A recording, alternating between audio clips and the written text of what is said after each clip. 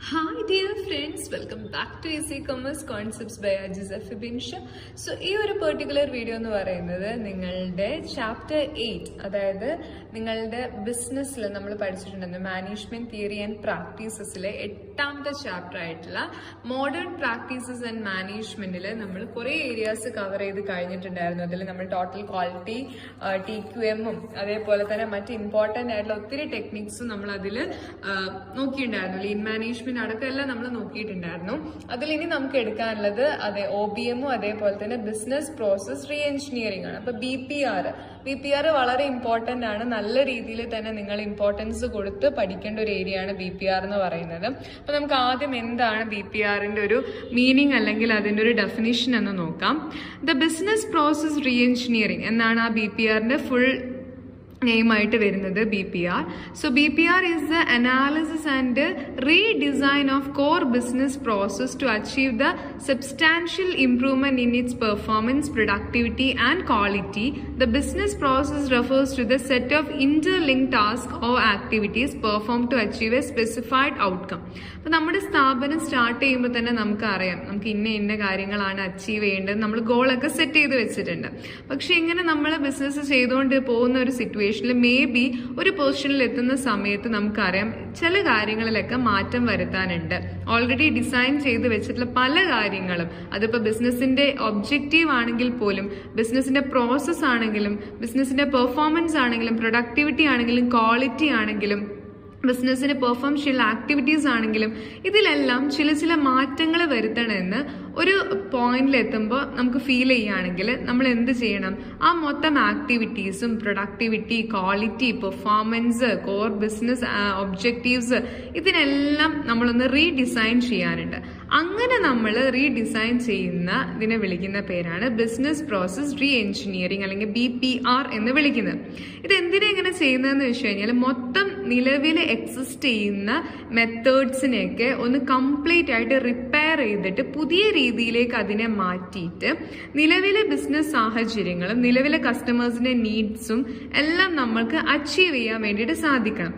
So BPR-ന്റെ primary ഗോളായിട്ട് നമ്മൾ set ചെയ്യുന്നതെന്ന് വെച്ച് കഴിഞ്ഞാൽ radically improve the productivity, quality and cost efficiency by transforming a company that is barely competitive into a serious content. അതായത് ബിസിനസിന്റെ നിലവിലുള്ള productivity ആണെങ്കിലും, quality ആണെങ്കിലും, കോസ്റ്റ് എഫിഷ്യൻസി ആണെങ്കിലും എല്ലാം തന്നെ നമ്മൾ എന്ത് ചെയ്യാം, മൊത്തത്തിലൊന്ന് ഇംപ്രൂവ് ചെയ്യുക. കേസിന്റെ കേസിൽ നമ്മളത് പറഞ്ഞിട്ടുണ്ടായിരുന്നു, കണ്ടിന്യൂസ് ഇംപ്രൂവ്മെന്റ് വരുത്തുക എന്ന് പറയുന്നത് പോലെ ഇവിടെ നമ്മൾ എന്ത് ചെയ്യാം, അത് ഇംപ്രൂവ് ചെയ്യാന്നാണ് ഉദ്ദേശിക്കുന്നത്. So Michael Hammer business process റീ എഞ്ചിനീയറിംഗിനെ ഡിഫൈൻ ചെയ്തിട്ടുണ്ട്. അദ്ദേഹം എന്താ പറഞ്ഞതെന്ന് വെച്ചാൽ business process reengineering BPR എന്ന് പറയുന്നത് ഒരു അനാലിസിസും റീഡിസൈനിങ്ങും ആണ്. എന്തിന്റെ? The work flows between the enterprise. ഒരു എന്റർപ്രൈസിന്റെ ഉള്ളിലും അല്ലെങ്കിൽ എന്റർപ്രൈസുകൾ തമ്മിലുള്ള വർക്ക് ഫ്ലോ നമ്മൾ റീഡിസൈൻ ചെയ്യുകയോ അല്ലെങ്കിൽ അനലൈസ് ചെയ്യുകയോ ചെയ്യുന്നതിനെ വിളിക്കുന്ന പേരാണ് BPR അല്ലെങ്കിൽ ബിസിനസ് പ്രോസസ് റീ എഞ്ചിനീയറിംഗ് എന്ന് പറയുന്നത്.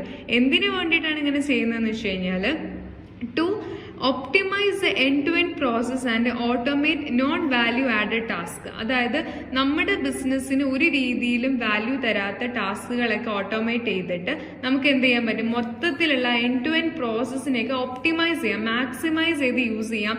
ഒരു തരി യൂണിറ്റ് പോലും അല്ലെങ്കിൽ നമ്മുടെ കമ്പനിയിലെ ഒരു റിസോഴ്സ് പോലും എന്താവരുത്, വേസ്റ്റ് ആവാൻ പാടില്ല, ഉപയോഗശൂന്യമായിട്ട് ഇരിക്കാൻ പാടില്ല. അത് കംപ്ലീറ്റ്ലി നമ്മൾ ഒപ്റ്റിമൈസ് ആയിട്ട് അതിനെ യൂസ് ചെയ്യാൻ പറ്റണം.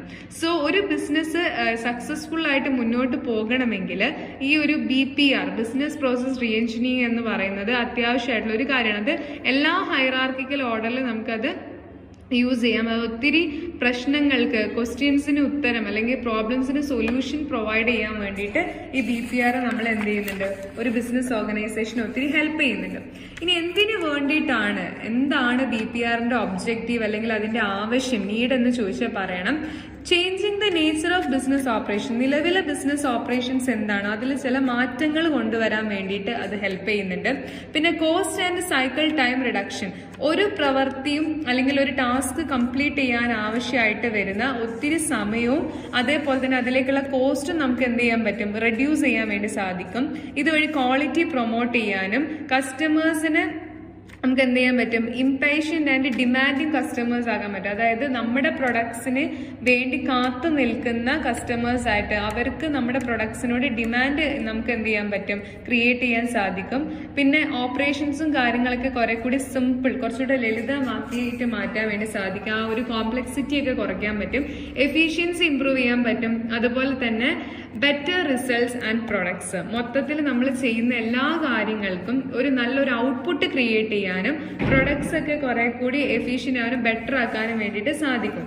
ഇനി ഈ BPR എങ്ങനെയാണ് നടപ്പിൽ വരുത്താന്ന് ചോദിച്ചു കഴിഞ്ഞാൽ അതിന് കുറച്ച് സ്റ്റെപ്സ് ഉണ്ട്. ഒന്നാമതായിട്ട് നമ്മൾ എന്ത് ചെയ്യണം, വളരെ ക്ലിയർ ആയിട്ട് നമ്മുടെ ബിസിനസിന്റെ ഗോൾസ് അല്ലെങ്കിൽ ഒബ്ജക്റ്റീവ്സിനെ എന്ത് ചെയ്യണം, എൻവിഷൻ ചെയ്യാൻ സാധിക്കണം. Create A business vision statement and define goals. നമ്മുടെ ബിസിനസിന്റെ വിഷൻ എന്താണ് നമുക്ക് നമ്മുടെ ഒരു ബിസിനസിന്റെ നേടിയെടുക്കേണ്ട കാര്യങ്ങൾ, നമ്മുടെ ഒബ്ജക്റ്റീവ്സും ഗോൾസും, നമ്മളെ ഒരു നേർക്കാഴ്ച എങ്ങനെയാണ്, നമ്മൾ ഈ ഒരു ബിസിനസിന്റെ ഫ്യൂച്ചറിലേക്ക് എന്താണ് നമ്മൾ അച്ചീവ് ചെയ്യാൻ വേണ്ടി ഉദ്ദേശിക്കുന്നത്, അത് ക്ലിയർ ആയിട്ട് നമുക്ക് എന്ത് ചെയ്യാൻ പറ്റണം, ഒരു സ്റ്റേറ്റ്മെന്റ് ആയിട്ട് പ്രിപ്പയർ ചെയ്യാൻ പറ്റണം.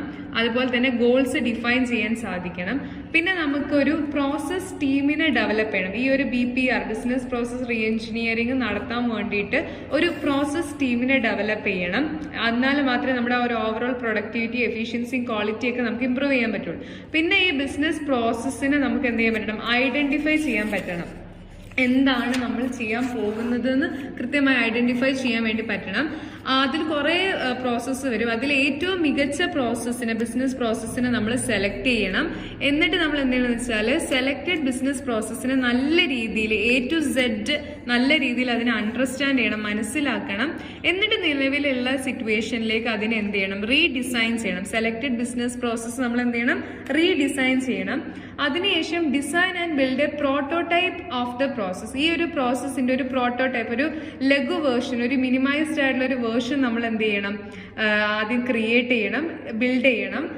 എന്നിട്ട് നമ്മൾ എന്ത് ചെയ്യണം, ആ ഒരു റീഡിസൈൻഡ് ആയിട്ടുള്ള ആ ഒരു പ്രോസസ്സിന് നമ്മൾ ഇംപ്ലിമെന്റ് ചെയ്യണം. ഇങ്ങനെ മൊത്തം 8 സ്റ്റെപ്പുകളാണ് ആ ഒരു BPRൽ നമുക്ക് വരുന്നത്. പിന്നെ ഇതിന്റെ ഒരു അഡ്വാൻറ്റേജ് എന്താണെന്ന് വെച്ച് കഴിഞ്ഞാൽ മാറ്റങ്ങളൊക്കെ വളരെ ഡ്രാസ്റ്റിക് ആയിട്ട്, അതായത് കുറച്ച് സ്പീഡി മാനറിൽ ചെയ്യാൻ പറ്റും. പിന്നെ ക്വാളിറ്റി ഇംപ്രൂവ്മെന്റ്സ്, അതായത് നമ്മുടെ ക്വാളിറ്റിയിൽ നിലവിലുള്ളതിനേക്കാൾ നല്ലൊരു ഇംപ്രൂവ്മെന്റ്സ് നമുക്ക് അവിടെ വരുത്താൻ പറ്റും. കോമ്പറ്റീവ്നെസ് ഒക്കെ നന്നായിട്ട് കൂടെ, അതായത് നമുക്ക് നമ്മുടെ അതേ ബിസിനസ് ചെയ്യുന്ന മറ്റുള്ള ആളുകളുമായിട്ട് നല്ല രീതിയിൽ ഒരു മത്സരം, ഒരു ഹെൽത്തി കോമ്പറ്റീഷൻ കൊണ്ട് നടക്കാൻ വേണ്ടി സാധിക്കും. മൊത്തത്തിൽ കോസ്റ്റ് ഒക്കെ റെഡ്യൂസ് ചെയ്യാനും അതുപോലെ തന്നെ പ്രോബ്ലം സോൾവിങ്ങിനൊക്കെ കുറച്ചുകൂടെ നല്ല രീതിയിലുള്ള അപ്രോച്ചസ് കൊണ്ടുവരാനും ക്വിക്കായിട്ട് ബിസിനസ്സിൽ ഉണ്ടാകുന്ന പ്രശ്നങ്ങൾക്കെതിരെ നമുക്ക് റെസ്പോണ്ട് ചെയ്യാൻ വേണ്ടി സാധിക്കും. കസ്റ്റമേഴ്സിലേക്ക് കുറെ കൂടി നല്ല രീതിയിൽ ഫോക്കസ് ചെയ്യാൻ വേണ്ടിയിട്ട് പറ്റും.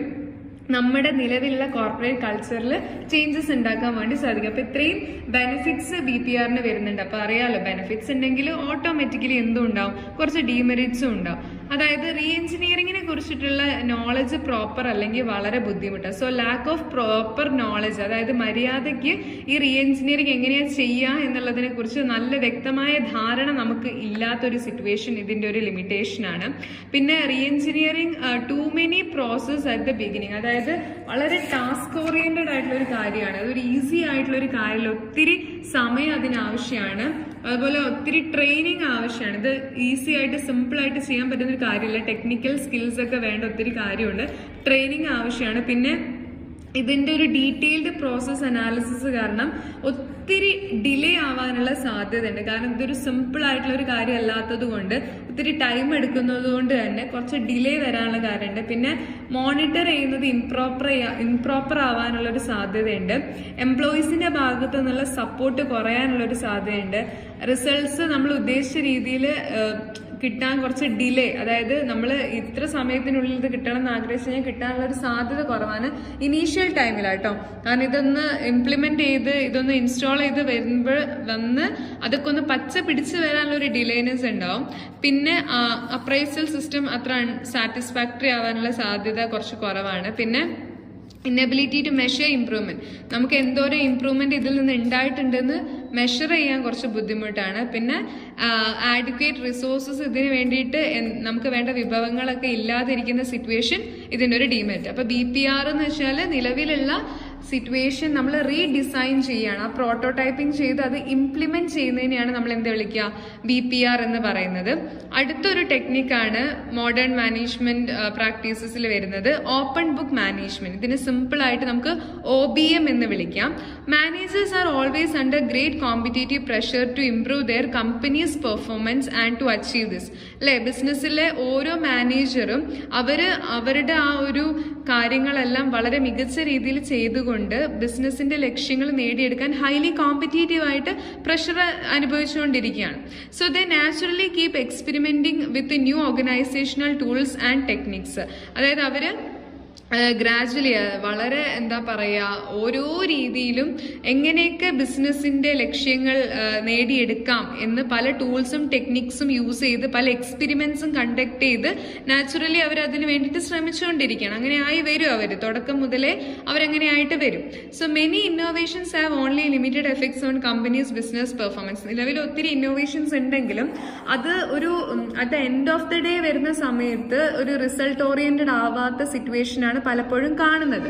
സോ OBMന്റെ ഒരു ഇമ്പോർട്ടൻസ് നമുക്ക് അവിടെയാണ് കാണാൻ വേണ്ടി സാധിക്കുന്നത്. ഓപ്പൺ ബുക്ക് മാനേജ്മെന്റിന് ഒത്തിരി നല്ല രീതിയിലൊരു ഡൈനാമിക് അപ്രോച്ചസ് ബിസിനസ്സിലെ മാനേജ്മെന്റ് പ്രാക്ടീസസിൽ വരുത്താൻ വേണ്ടിയിട്ട് സാധിക്കുന്നുണ്ട്.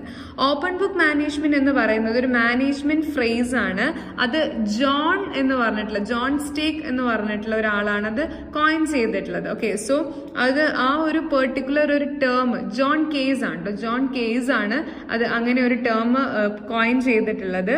അത് who ബിഗെയിൻ using the term 1993 1993 John case അങ്ങനെ ഒരു ടേം യൂസ് ചെയ്യുന്നത്. ഓപ്പൺ ബുക്ക് മാനേജ്മെന്റ് എന്ന് പറഞ്ഞുള്ള ഒരു മാനേജ്മെന്റ് ഫ്രേസ് അതൊരു ശൈലിയാണ് യൂസ് ചെയ്യാൻ വേണ്ടി തുടങ്ങിയിട്ടുള്ളത്. However it is popularised by Jack Stack വഴിയാണ് കുറച്ചുകൂടെ ഒരു പോപ്പുലാരിറ്റി അതിന് കിട്ടിയിട്ടുണ്ടായിരുന്നത്. അദ്ദേഹത്തിന്റെ പുസ്തകമായിട്ടുള്ള ദ ഗ്രേറ്റ് ഗെയിം ഓഫ് ബിസിനസ്സിൽ ഈ ഒരു ടേം റെഫർ ചെയ്യുന്നുണ്ട്. He refers to OBM. അദ്ദേഹം എങ്ങനെയാണ് OBMനെ റെഫർ ചെയ്തതെന്ന് വെച്ച് കഴിഞ്ഞാൽ the great game of business is all about promoting clear, effective and open communication in a company. His focus is on financial data, having employees view themselves as business partners and sharing the company's profitability. അതായത് അദ്ദേഹത്തിന്റെ പുസ്തകത്തിൽ OBMനെ കുറിച്ച് പറഞ്ഞതെന്ന് വെച്ച് കഴിഞ്ഞാൽ ഇതൊരു ബിസിനസിന്റെ ഒരു ഗ്രേറ്റ് ഗെയിം ആണ്. ഇതിൽ എന്താ ചെയ്യുന്നത് വെച്ച് കഴിഞ്ഞാൽ ഇറ്റ്സ് ഓൾ അബൌട്ട് പ്രൊമോട്ട് ചെയ്യണം എന്ത്, clear, effective and open communication in a company. ഒരു കമ്പനിയുടെ ഉള്ളില് വളരെ വ്യക്തമായതും വളരെ കാര്യക്ഷമമായതും തുറന്നതുമായിട്ടുള്ള ഒരു ആശയവിനിമയം നടത്തണമെന്നാണ് അദ്ദേഹം പറയുന്നത്. എന്തിനെ കുറിച്ചിട്ടാണ്? ഫിനാൻഷ്യൽ ഡേറ്റ, നമ്മുടെ സാമ്പത്തികപരമായി ബന്ധപ്പെട്ടിട്ടുള്ള ഡേറ്റാസ്, അതുപോലെ തന്നെ എംപ്ലോയീസുമായിട്ട് കണക്ട് ചെയ്തിട്ട് അദ്ദേഹം സംസാരിക്കുന്നുണ്ട്. എംപ്ലോയീസിനെ ബിസിനസ് പാർട്ട്നേഴ്സ് ആയിട്ടാണ് അദ്ദേഹം കാണുന്നത്. അവരെന്ത് ചെയ്യാണ്? കമ്പനീസിന്റെ പ്രോഫിറ്റബിലിറ്റി കാര്യങ്ങളൊക്കെ ഷെയർ ചെയ്യാണ് ചെയ്യുന്നത്. സോ ഇതാണ് OBM എന്ന് പറയുന്ന ഒരു അപ്രോച്ച്. സോ ഇവിടെ എന്താ ഉദ്ദേശിക്കുന്നത് വെച്ച് കഴിഞ്ഞാൽ employees are provided with financial information. എംപ്ലോയീസിന് വളരെ പ്രോപ്പർ ആയിട്ടുള്ള ബിസിനസിനെ കുറിച്ചുള്ള ഫിനാൻഷ്യൽ ഇൻഫർമേഷൻസ് അവിടെ പ്രൊവൈഡ് ചെയ്യുന്നുണ്ട് of the company to enable them to make better business decision. എന്തിനു വേണ്ടിയിട്ടാണ് ഇങ്ങനെ കമ്മ്യൂണിക്കേറ്റ് ചെയ്യുന്നത് വെച്ച് കഴിഞ്ഞാൽ ബിസിനസ്സുമായി ബന്ധപ്പെട്ടുള്ള ബെറ്റർ ആയിട്ടുള്ള ഡിസിഷൻസ് എടുക്കാൻ അവരെ കേപ്പബിൾ ആക്കാണ് അവിടെ ചെയ്യുന്നത്. So it involves keeping complete transparency with employees. എംപ്ലോയീസിനോട് ഒന്നും മറച്ചു വെക്കുന്നില്ല, അവരുമായിട്ട് എല്ലാ ഡേറ്റയും ഷെയർ ചെയ്യുന്നുണ്ട്, അവരെ പ്രോപ്പറായിട്ട് ട്രെയിൻ ചെയ്യുന്നുണ്ട്. എന്തിനു വേണ്ടിയിട്ടാണ്? അവർക്ക് നമ്മുടെ സ്ഥാപനത്തിലെ ലീഡർഷിപ്പ് റോൾസുകൾ കൈകാര്യം ചെയ്യാനും അതുപോലെ തന്നെ ഫിനാൻഷ്യൽ സ്റ്റേറ്റ്മെന്റ്സ് ഷെയർ ചെയ്തുകൊണ്ട് അതിനെ അനലൈസ് ചെയ്യാനൊക്കെ ഒരു കഴിവ് കിട്ടാൻ വേണ്ടിയിട്ടുള്ള ട്രെയിനിങ് അവർക്ക് പ്രൊവൈഡ് ചെയ്യുന്നുണ്ട്. So when company share details about the organisation as well as sharing financial statements with employees, this process helps them grow faster. അപ്പൊ ഇങ്ങനെ ചെയ്യുന്നത് കൊണ്ട് തന്നെ എംപ്ലോയീസിനെ അവർക്ക് നല്ല രീതിയിൽ സ്കിൽ ബേസ്ഡ് ആയിട്ടും നോളജ് ബേസ്ഡ് ആയിട്ടും അതുപോലെ തന്നെ ആറ്റിറ്റ്യൂഡ് വൈസ് ആയിട്ടൊക്കെ നല്ല രീതിയിൽ അവർക്ക് ഗ്രോ ചെയ്യാൻ വേണ്ടി സാധിക്കും. അപ്പൊ അവർക്ക് എന്താ തോന്നുന്നത്? നമ്മുടെ കമ്പനിയാണ്, അവരുടെ ഒരു സിൻസിയാരിറ്റിയും ലോയൽറ്റിയും ഒക്കെ അവിടെ ഇൻക്രീസ് ചെയ്യാണ് ചെയ്യുക. സോ OBM എന്ന് പറയുന്നത് ഒരു സിസ്റ്റമാണ് in which company fully shares it's financial status അല്ലെങ്കിൽ ഫിനാൻഷ്യൽ ഡോക്യുമെന്റ്സ് വിത്ത് എംപ്ലോയീസ്. അതായത് നിലവില് ബിസിനസിന്റെ ഫിനാൻഷ്യൽ സ്റ്റേറ്റസ് എന്താണോ അത് കംപ്ലീറ്റ്ലി ഒരു ഒളിയും മറയും ഒന്നും കൂടാതെ അവിടുത്തെ എംപ്ലോയീസുമായിട്ട് എന്ത് ചെയ്യുന്നുണ്ട്? കമ്മ്യൂണിക്കേറ്റ് ചെയ്യുന്നുണ്ട്. who then become active participants in a coordinated effort to optimize the future financial performance. അപ്പോൾ ഇങ്ങനെ ഷെയർ ചെയ്ത് കഴിഞ്ഞാൽ അവരെന്ത് ചെയ്യുന്നതാണ് പറയുന്നത്, അവർ നമ്മുടെ ബിസിനസ്സിൽ നല്ല രീതിയിൽ ഇമ്പാക്ട് ചെയ്യുകയും ഫ്യൂച്ചറിൽ നമ്മുടെ ഫിനാൻഷ്യൽ പെർഫോമൻസ് ഒപ്റ്റിമൈസ് ചെയ്യാൻ വേണ്ടിയിട്ട് അവർ ശ്രമിക്കുകയും അവരുടെ എഫേർട്ടുകൾ കോർഡിനേറ്റ് ആവുമെന്നാണ് അവിടെ പറയുന്നത്. സോ ഈ രീതിയിൽ ബിസിനസിന്റെ ഫിനാൻഷ്യൽ സ്റ്റേറ്റസ് എംപ്ലോയീസുമായിട്ട് ഓപ്പൺ ആയിട്ട് കമ്മ്യൂണിക്കേറ്റ് ചെയ്യുന്നതിനെ നമുക്ക് OBM എന്ന് പറയാം. സോ OBMലെ എലമെന്റ്സ് ആയിട്ട് വരുന്നത് 3 കാര്യങ്ങളാണ്. ഒന്ന് മാനേജ്മെന്റ്, പിന്നെ എംപ്ലോയീസ്, പിന്നെ ഇവർ തമ്മിലുള്ള ഒരു influence. So management opens the company's book and share detailed financial and operating information with employees. The logic here is if employees don't know how the company makes money, how can they be expected to make the firm more successful. അതായത് എന്തിനു വേണ്ടിയിട്ടാണ് ഇങ്ങനെ ബിസിനസിന്റെ financial informations എംപ്ലോയീസിന് share ചെയ്യുന്നതെന്ന് വെച്ച് കഴിഞ്ഞാൽ അവരറിയണം നമ്മുടെ business എങ്ങനെയാണ് മണി മേക്ക് ചെയ്യുന്നത് എന്ന് അവർ കൃത്യമായി അറിയണം. എങ്കിലും അത് അറിഞ്ഞിട്ടില്ലെങ്കിൽ അവർക്ക് എങ്ങനെയാണ് ബിസിനസ് സക്സസ്ഫുൾ ആയിട്ട് മുന്നോട്ട് പോവില്ല എന്ന് എക്സ്പെക്ട് ചെയ്യാൻ വേണ്ടി സാധിക്കുക. സോ അവരറിയണം നമ്മുടെ ബിസിനസിന്റെ നിലവിലെ ഫിനാൻഷ്യൽ ഇൻഫർമേഷൻ എന്തൊക്കെയാണെന്ന് അവർ കൃത്യമായിട്ട് അറിയണം. 2, employees need to be taught to understand the company's financial statement. കമ്പനിയുടെ ഫിനാൻഷ്യൽ സ്റ്റേറ്റ്മെന്റുകളെ അനലൈസ് ചെയ്യാനും അണ്ടർസ്റ്റാൻഡ് ചെയ്യാനും എംപ്ലോയീസിനെ പഠിപ്പിക്കണം. ഇതെന്തിനാന്ന് വെച്ച് കഴിഞ്ഞാൽ management must provide employees with a basic course in how to read and interpret the income statement, balance sheet and cash flow statement. അതായത് ബേസിക് ആയിട്ട് കമ്പനീന്റെ ഫിനാൻഷ്യൽ സ്റ്റേറ്റ്മെന്റ്സിനെ മനസ്സിലാക്കാൻ, അത് റീഡ് ചെയ്യാനും അതിനെ ഇന്റർപ്രറ്റ് ചെയ്യാനും അവർക്ക് സാധിക്കണം. നമ്മുടെ മെയിൻ ആയിട്ട് ഒരു കമ്പനിയുടെ ഫിനാൻഷ്യൽ സ്റ്റേറ്റ്മെന്റ്സ് എന്ന് പറയുമ്പോൾ ഇൻകം സ്റ്റേറ്റ്മെന്റ് ആണ്, അതായത് profit and loss account, trading and profit and loss account, പിന്നെ balance sheet, cash flow statements ഒക്കെയാണ് ഒരു കമ്പനിയുടെ ബേസിക് ആയിട്ടുള്ള ഫിനാൻഷ്യൽ സ്റ്റേറ്റ്മെന്റ്സ് എന്ന് പറയുന്നത്. അപ്പൊ അത് റീഡ് ചെയ്യാനും അത് ഇന്റർപ്രറ്റ് ചെയ്യാനും നിലവിലുള്ള നമ്മുടെ ബിസിനസിന്റെ ഫിനാൻഷ്യൽ പൊസിഷനെ കുറിച്ചിട്ട് ഒരു നോട്ട് പറയാനും സാധിക്കാൻ ഏതൊരു എംപ്ലോയിക്കും അവിടെ സാധിക്കണം. അതിന് അവരെ ട്രെയിൻ ചെയ്യണം. Finally management needs to show employees how their work influences the financial result. എന്നിട്ട് മാനേജ്മെന്റ് എന്ത് ചെയ്യണം, കാണിച്ചു കൊടുക്കണം എങ്ങനെ എംപ്ലോയീസ് എങ്ങനെയാണ് വർക്ക് ചെയ്യുന്നത് നമ്മുടെ ഫിനാൻഷ്യൽ റിസൾട്ടിൽ മാറ്റങ്ങൾ വരുത്താൻ വേണ്ടിയിട്ട്. അപ്പൊ അവർക്ക് തന്നെ മനസ്സിലാക്കാൻ പറ്റും അവർ വർക്ക് ചെയ്യുമ്പോൾ അവരുടെ വർക്ക് ഏതെങ്കിലും രീതിയിൽ പോസിറ്റീവായിട്ട് ഈ ഫിനാൻഷ്യൽ ഡേറ്റയിൽ ചേഞ്ചസ് ഉണ്ടാക്കുന്നുണ്ടോ, ഈ ഫിനാൻഷ്യൽ ഡേറ്റിനെ ഇൻഫ്ലുവൻസ് ചെയ്യാൻ ഇവരുടെ പെർഫോമൻസിന് സാധിക്കുന്നുണ്ടോ എന്ന് എംപ്ലോയീസിന് തന്നെ സെൽഫായിട്ട് ഇവാലുവേറ്റ് ചെയ്യാൻ വേണ്ടിയിട്ട് സാധിക്കും. So showing employees the impact of there jobs on the bottom line makes the financial statement analysis relevant. So അവർക്ക് എന്ത് ചെയ്യാൻ പറ്റും, അവർക്ക് തന്നെ സെൽഫായിട്ട് ഇവാലുവേറ്റ് ചെയ്യാൻ സാധിക്കും അവരുടെ പെർഫോമൻസിന് നമ്മുടെ ഫിനാൻഷ്യൽ സ്റ്റേറ്റ്മെന്റിൽ എന്തെങ്കിലും ഇമ്പാക്ട് കൊണ്ടുവരാൻ വേണ്ടി സാധിക്കുന്നുണ്ടോ.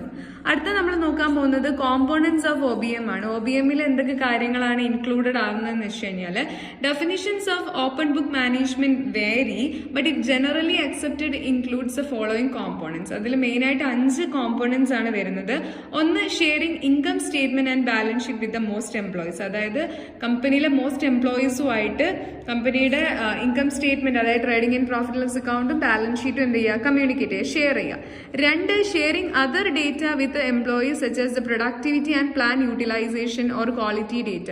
ബിസിനസിന്റെ plant, productivity, utilisation and quality data ഒക്കെ ഷെയർ ചെയ്യാം. പിന്നെ എംപ്ലോയീസിനെ എൻകറേജ് ചെയ്യുക, എന്തിന്, ഡെയിലി വർക്കിന് അവർ ഈ ഇൻഫർമേഷൻസ് ഒക്കെ യൂസ് ചെയ്യാൻ വേണ്ടിയിട്ട് അവർ എൻകറേജ് ചെയ്യുക. അതുപോലെ തന്നെ ഫിനാൻഷ്യൽ ഡേറ്റ എങ്ങനെയാണ് റീഡ് ചെയ്യുക, അത് ഇന്റർപ്രറ്റ് ചെയ്യുക, അതിനെ അണ്ടർസ്റ്റാൻഡ് ചെയ്യുക, അതിന് വേണ്ടിയിട്ടുള്ള ട്രെയിനിങ് കൊടുക്കുക. ഫോർ എക്സാമ്പിൾ ഡെബിറ്റ് എന്താണ്, ക്രെഡിറ്റ് എന്താണ്, എന്താണ് ജേർണൽ, എന്താണ് ലെഡ്ജർ, അത് ട്രയൽ ബാലൻസ് എന്താണ്, ഫിനാൻഷ്യൽ സ്റ്റേറ്റ്മെന്റ്സുകളിൽ നിന്ന് നമുക്ക് എന്തൊക്കെ വിവരങ്ങളാണ് കിട്ടുക, പ്രോഫിറ്റ് എവിടെയാണ് കാണാൻ പറ്റുക, ലയബിലിറ്റീസ് എവിടെയാണ് ഉണ്ടാവുക, അസറ്റ് എവിടെയാണ് ഉണ്ടാവുക, എന്നൊക്കെ അവർക്ക് പ്രോപ്പർ ആയിട്ട് അറിയാൻ വേണ്ടി സാധിക്കണം. Then sharing the financial results through a gain sharing programme. അതായത് ഒരു ഗെയിൻ ഷെയറിംഗ് പ്രോഗ്രാമിലൂടെ ഈ ഫിനാൻഷ്യൽ റിസൾട്ട്സ് ഇവരുമായിട്ട് ഷെയർ ചെയ്യാം. 3 കോമ്പോണൻസ് ആണ് അതിൽ വരുന്നത്. പിന്നെ അതിന്റെ അഡ്വാൻറ്റേജ് എന്ന് പറയുന്നത് കുറെ കൂടി എംപ്ലോയീസിനെ നമുക്ക് ഇതിൽ എൻഗേജ്ഡ് ആയിട്ട് നിർത്താൻ വേണ്ടി സാധിക്കും. കാരണം ഇതിലെ മെയിൻ ഒരു കോമ്പോണന്റ് എന്ന് പറയുന്നത് എംപ്ലോയി തന്നെയാണ്. പിന്നെ ലോവർ സൂപ്പർവൈസറി കോസ്റ്റ്, അവർക്ക് തന്നെ എല്ലാ കാര്യങ്ങളും അറിഞ്ഞു കഴിഞ്ഞാൽ സൂപ്പർവൈസ് ചെയ്യാൻ അധികം കോസ്റ്റിന്റെ ആവശ്യം വരുന്നില്ല. പിന്നെ നല്ല രീതിയിൽ കസ്റ്റമേഴ്സുമായിട്ട് ഒരു റിലേഷൻഷിപ്പ് കീപ്പ് ചെയ്യാൻ വേണ്ടിയിട്ട് സഹായിക്കും. പിന്നെ ഇതൊരു കോമ്പറ്റീറ്റീവ് അഡ്വാൻറ്റേജ് ആണ്. മറ്റ് സ്ഥാപനങ്ങളിൽ ഇല്ലാത്ത, എല്ലാവരും അങ്ങനെ OBM ഒന്നും അങ്ങനെ പ്രാക്ടീസ് ചെയ്യുന്ന കമ്പനികളൊന്നുമല്ല. അപ്പൊ അത് മറ്റുള്ളവരിൽ നിന്ന് നിന്ന് നമ്മളെ വ്യത്യസ്തനാക്കുന്നത് കൊണ്ട് തന്നെ ഇത് നമുക്കൊരു കോമ്പറ്റീറ്റീവ് അഡ്വാൻറ്റേജ് ആണ്. പിന്നെ കമ്പനീന്റെ വാല്യുവേഷൻ ഇത് കൂട്ടാൻ വേണ്ടി ഹെൽപ്പ് ചെയ്യുന്നുണ്ട്, നല്ല രീതിയിൽ കമ്മിറ്റ്മെന്റ് ബിൽഡ് ചെയ്യാൻ സഹായിക്കുന്നുണ്ട്, ബെറ്റർ ഡിസിഷൻസ് എടുക്കാൻ സഹായിക്കുന്നുണ്ട്, അതിലൂടെയൊക്കെ നല്ല ബെറ്റർ റിസൾട്ട്സ് ഉണ്ടാക്കിയെടുക്കാനും പറ്റുന്നുണ്ട്. പിന്നെ ഇതിന്റെ ഒരു ഡിസഡ്വാൻറ്റേജ് എന്ന് വെച്ച് കഴിഞ്ഞാൽ ഇത് മര്യാദയ്ക്ക് ഇന്റർപ്രറ്റ് ചെയ്തിട്ടില്ലെങ്കിൽ വലിയ ബുദ്ധിമുട്ടാണ്. അതായത് ഇത് വായിക്കാൻ അറിയാത്ത, ഇത് നല്ല രീതിയിൽ അനലൈസ് ചെയ്യാൻ അറിയാത്ത ഒരാളുടെ കയ്യിൽ ഇത് കിട്ടിക്കഴിഞ്ഞാൽ അവരുടെ ഇന്റർപ്രിട്ടേഷൻ മിസ്ഇന്റർപ്രിട്ടേഷൻ ആയി പോകും. പിന്നെ ഇൻഫർമേഷൻ ഷെയർ ചെയ്യുന്നതിൽ ചിലപ്പോൾ കോൺഫ്ലിക്ട്സുകൾ വരാൻ സാധ്യതയുണ്ട്. പിന്നെ ഇൻഫർമേഷൻസ് മിസ് അപ്രോപ്രിയേറ്റ് ചെയ്യാൻ ചിലപ്പോൾ വേറെ കമ്പനികൾക്കൊക്കെ ചോർത്തി കൊടുക്കാനൊക്കെ ഉള്ള സാധ്യതയുണ്ട്. ആരെ അങ്ങനെ നമുക്ക് വലിയ രീതിയിൽ വിശ്വസിക്കാനൊന്നും പറ്റില്ല.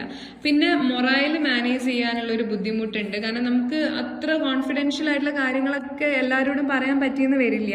പിന്നെ ഫിനാൻസ് ഡിപ്പാർട്ട്മെന്റിന് ഈ കാര്യത്തിൽ കുറച്ച് റെസിസ്റ്റൻസ് വരാൻ സാധ്യതയുണ്ട്. കാരണം ഫിനാൻസ് കംപ്ലീറ്റ്ലി ഡീൽ ചെയ്യുന്ന ഫിനാൻസ് ഡിപ്പാർട്ട്മെന്റ്. അപ്പൊ അതങ്ങനെ എല്ലാവർക്കും തോന്നിയ പോലെ കൊടുക്കാന്ന് പറയുമ്പോൾ അവർക്ക് അങ്ങനെ ഒരു താല്പര്യം ഉണ്ടാവാനുള്ള സാധ്യത കുറവാണ്. അപ്പൊ അവരുടെ ഭാഗത്തുനിന്ന് ഒരു റെസിസ്റ്റൻസ് വരാനുള്ള സാധ്യതയുണ്ട്. അപ്പൊ ഈ ഒരു ചാപ്റ്ററിൽ നിന്നും എന്താണ് കേസൺ, നമ്മൾ തൊട്ട് മുമ്പ് 8ാമത്തെ പാർട്ടായിട്ട് ഇട്ടിട്ടുണ്ടായിരുന്നു, എന്താണ് കേസൺ, അതുപോലെ തന്നെ കേസന്റെ അഡ്വാൻറ്റേജ്, എന്താണ് ടോട്ടൽ ക്വാളിറ്റി മാനേജ്മെന്റ്, അതിനെ ഡിഫൈൻ ചെയ്യാനുണ്ടാവും. പിന്നെ കേസന്റെ ഫീച്ചേഴ്സ്, കേസന്റെ ഒബ്ജക്റ്റീവ്സ്, കേസന്റെ ബെനിഫിറ്റ്സ്, TQMന്റെ എമർജൻസ് എങ്ങനെയാണ് വന്നത്, TQMന്റെ മീനിങ് എന്താണ്, TQMന്റെ അഡ്വാൻറ്റേജും ഡിസഡ്വാൻറ്റേജും, TQMന്റെ ഫീച്ചേഴ്സ്, എന്താണ് ലീൻ മാനേജ്മെന്റ്, അതുപോലെ ലീൻ മാനേജ്മെന്റിന്റെ അഡ്വാൻറ്റേജസും ഡിസഡ്വാൻറ്റേജസും, എന്താണ് ഓപ്പൺ ബുക്ക് മാനേജ്മെന്റ്, ഇത്രയും കാര്യങ്ങളൊക്കെ നല്ല രീതിയിൽ തന്നെ പഠിക്കാൻ വേണ്ടിയിട്ട് ശ്രമിക്കുക. ഇമ്പോർട്ടന്റ് ആയിട്ടുള്ള ഒരു ചാപ്റ്റർ ആണ്. ഓക്കെ, ഇതൊരു സെക്കൻഡ് പാർട്ടാട്ടോ. ഈ ഒരു ചാപ്റ്ററിന്റെ സെക്കൻഡ് പാർട്ടാണ് ആക്ച്വലി ഈ ഒരു വീഡിയോ എന്ന് പറയുന്നത്. ഫസ്റ്റ് പാർട്ടിൽ നമ്മൾ ഡീറ്റെയിൽഡ് ആയിട്ട് എന്താണ് TQM എന്നും TQMന്റെ എമർജൻസ് എന്തൊക്കെയാണെന്നും അതുപോലെ തന്നെ TQMന്റെ ഡെഫിനിഷൻ എന്താണെന്നും TQMന്റെ കൺസെപ്റ്റ്സ് എന്താണെന്നും കണ്ടിന്യൂസ് ആയിട്ടുള്ള കാര്യങ്ങളെല്ലാം നമ്മളവിടെ പറയുന്നുണ്ട്. പിന്നെ TQMന് വേണ്ടി യൂസ് ചെയ്യുന്ന ടൂൾസ് എല്ലാം തന്നെ നല്ല രീതിയിൽ നമ്മൾ വിശദീകരിച്ചിട്ടുണ്ട്. TQM നന്നായി നോക്കിയിട്ടുണ്ട്. അതുപോലെ തന്നെ കേസൺ നമ്മൾ ഡീറ്റെയിൽഡ് ആയിട്ട് വളരെ ഡീറ്റെയിൽഡ് ആയിട്ട് നോക്കിയിട്ടുണ്ട്. കേസന്റെ ഒബ്ജക്റ്റീവ്സ്, അതുപോലെ തന്നെ അതിന്റെ ഫീച്ചേഴ്സ്, കേസന്റെ ബെനിഫിറ്റ്സ്, പിന്നെ ലീൻ മാനേജ്മെന്റ് എന്നാണ് നമ്മൾ കഴിഞ്ഞ ക്ലാസ്സിൽ നോക്കി. ലീൻ മാനേജ്മെന്റിന്റെ പ്രിൻസിപ്പിൾസ് നോക്കി, അതിന്റെ സ്റ്റേക്ക് ഹോൾഡേഴ്സ് നോക്കി, ബെനിഫിറ്റ്സ് നോക്കി, ഡിസഡ്വാൻറ്റേജസ് നോക്കി. പിന്നെ ഈ ഒരു വീഡിയോയിലാണ് നമ്മൾ BPRനെ പറ്റിയിട്ട് സംസാരിച്ചത്, അതുപോലെ തന്നെ OBMനെ കുറിച്ച് സംസാരിച്ചത്. ക്ലിയർ അല്ലേ? അപ്പോൾ ഇത്രയും കാര്യങ്ങൾ നല്ല രീതിയിൽ പഠിക്കുക. അടുത്ത ഒരു വീഡിയോയിൽ നമ്മൾ എത്തിക്സ് ആൻഡ് സോഷ്യൽ റെസ്പോൺസിബിലിറ്റി പഠിക്കുന്നതായിരിക്കും. അതോടുകൂടി നമ്മുടെ ഈ ഒരു മാനേജ്മെന്റ് തിയറി ആൻഡ് പ്രാക്ടീസസ് എന്നുള്ള ഈ ഒരു കംപ്ലീറ്റ് ബുക്ക് നമ്മൾ പഠിച്ചെന്ന് തന്നെ പറയാം. അപ്പൊ എല്ലാ കൂട്ടുകാർക്കും wish you all the very success for your എക്സാംക്ക് അടുത്തെത്തിയിട്ടുണ്ടെന്ന് അറിയാം. അപ്പൊ എല്ലാ കൂട്ടുകാർക്കും ഓൾ ദി ബെസ്റ്റ്. ഈ ഒരു വീഡിയോ നിങ്ങൾക്ക് ഹെൽപ്ഫുൾ ആയിട്ട് ഫീൽ ചെയ്തിട്ടുണ്ടെങ്കിൽ തീർച്ചയായും ലൈക്ക് ചെയ്ത് സപ്പോർട്ട് ചെയ്യുക, നമ്മുടെ ചാനൽ സബ്സ്ക്രൈബ് ചെയ്യുക, വീഡിയോനെ കുറിച്ചുള്ള അഭിപ്രായങ്ങൾ കമന്റ് ചെയ്യുക. താങ്ക്